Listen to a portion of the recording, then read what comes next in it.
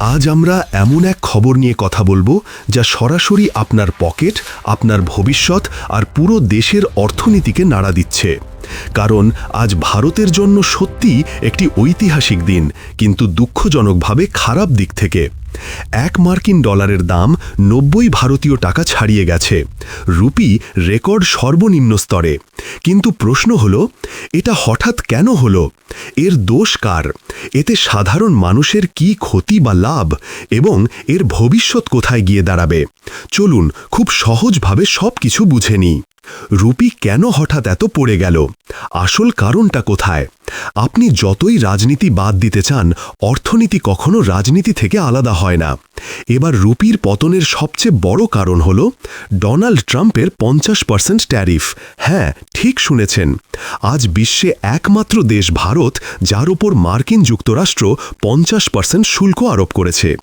এই শুল্কের ফলে আমেরিকায় ভারতের পণ্যের দাম আকাশ ছোঁয়া। ভারতীয় রপ্তানি 28%-এর বেশি কমে গেছে। ভারত আমেরিকা বাণিজ্য বড় পতনের মুখে। এটা শুধু সাধারণ পতন নয়, এটা ধাক্কা। অনেকে ভাবেন শুধু আমেরিকার শুল্ক সমস্যা। আসলে না, আরও ভয়ঙ্কর কারণ আছে। বিদেশি বিনিয়োগ কমে গেছে। বড় বড় বিদেশি কোম্পানি ও ইনভেস্টররা ভারত থেকে টাকা তুলে নিচ্ছে, কারণ মার্কিন সুদের হার এখনও তুলনামূলক বেশি। বিশ্ববাজারে অনিশ্চয়তা, মধ্যপ্রাচ্যে যুদ্ধ পরিস্থিতি। যখন বিদেশি বিনিয়োগকারীরা টাকা তুলে নেয়, তখন তারা ডলার কেনে, রুপি বিক্রি করে, ফলে রুপির দাম পড়ে যায়। অন্যদিকে ভারতে আমদানি বেড়েছে, রপ্তানি কমেছে। এটা অর্থনীতিতে একটা খুব সাধারণ নিয়ম। যখন আমদানি রপ্তানির চেয়ে অনেক বেশি হয়, রুপি দুর্বল হয়। ভারত আমদানি করে তেল, সার, সোনা, চিপ, ইলেকট্রনিক্স, মেশিনারি। আমাদের আমদানি বিল যত বাড়ছে, তত ডলারের চাহিদা বাড়ছে, ফলে রুপি আরও নিচে নামছে।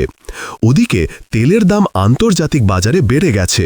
ভারত 85% ক্রুড অয়েল আমদানি করে।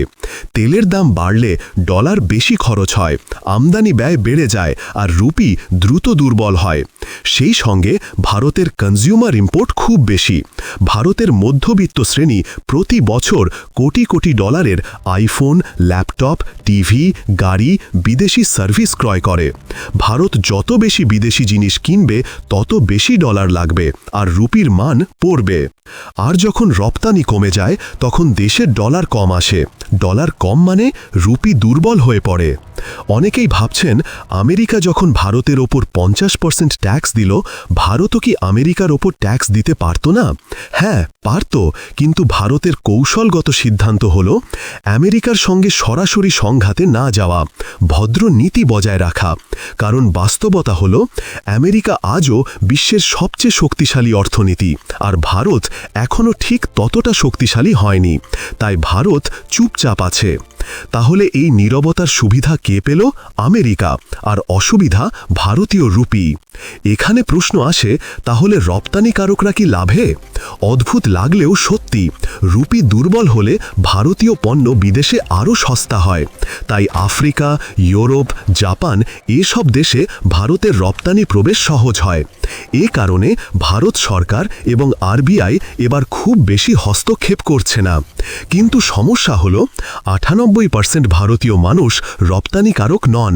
সুতরাং রুপি পড়লে সাধারণ মানুষ লাভে নয়, ক্ষতিতে পড়ে। ঠিক কিভাবে সাধারণ মানুষের ক্ষতি হচ্ছে খুব সহজভাবে বললে, বিদেশ ভ্রমণ ব্যয় দ্বিগুণ হয়।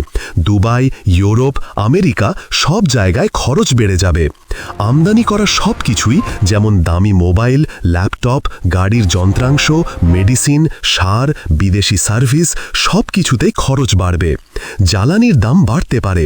ভারত 85% ক্রুড অয়েল আমদানি করে। তেলের দাম বাড়লে দেশের সব কিছুর দাম বাড়ে, অর্থাৎ সাধারণ মানুষের জন্য ডাবল ধাক্কা। এবার আসা যাক, রুপির পতন কি নতুন কিছু? একেবারেই নয়। গত ৩-৪ দশক ধরে রুপি বছরে গড়ে ৩.৫% থেকে 5% কমেছে। এর সঙ্গে আছে 4%-এর মুদ্রাস্ফীতি, মানে আপনার টাকার বাস্তব মূল্য প্রতি বছরই কমছে। কিন্তু এবার সমস্যা গুরুতর, কারণ মাত্র 5 মাসে রুপি 85 থেকে 90 হয়ে গেছে। এটা সাধারণ নয়, এটা অ্যালার্মিং। এবার কেউ আর বলছে না ডলার শক্তিশালী তাই রুপি দুর্বল, কারণ এবার রুপি, ইউরো, পাউন্ড, ইয়েন সব মুদ্রার বিপরীতে দুর্বল হয়েছে। সাধারণ সময়ে আরবিআই বাজারে রুপি কিনে বা ডলার বিক্রি করে রুপির দাম স্থির রাখে, কিন্তু এবার তারা সেটা করছে না। কিন্তু কেন?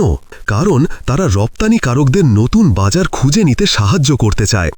আমেরিকায় সুযোগ কমেছে, তাই আফ্রিকা, এশিয়া, ইউরোপে ঢোকার চেষ্টা চলছে।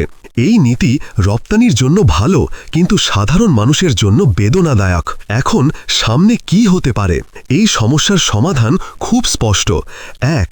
ভারত আমেরিকা বাণিজ্য চুক্তি জরুরি, এতে শুল্ক কমবে, রুপি শক্তিশালী হবে। 2. রপ্তানি আরও বৈচিত্র্যময় করতে হবে, শুধু আমেরিকার ওপর নির্ভরতা কমানো। 3. ভারতকে বড় সিদ্ধান্ত নিতে হবে, অতিরিক্ত নির্ভরতা বন্ধ করতে হবে। তাই ভবিষ্যতে ভারতকে কঠিন সিদ্ধান্ত নিতে হবে, নইলে রুপির পতন থামবে না। রুপির পতন শুধুই অর্থনীতির গল্প নয়, এটা সাধারণ মানুষের জীবনের গল্প, এটা আমাদের ভবিষ্যতের গল্প। এখন সময় এসেছে ভারতকে তার রপ্তানি, কূটনীতি, বাণিজ্য সবকিছু নতুনভাবে সাজানোর, কারণ একটি শক্তিশালী রুপি মানে একটি শক্তিশালী ভারত। এ বিষয়ে আপনার মূল্যবান মতামত কমেন্ট বক্সে জানাতে ভুলবেন না।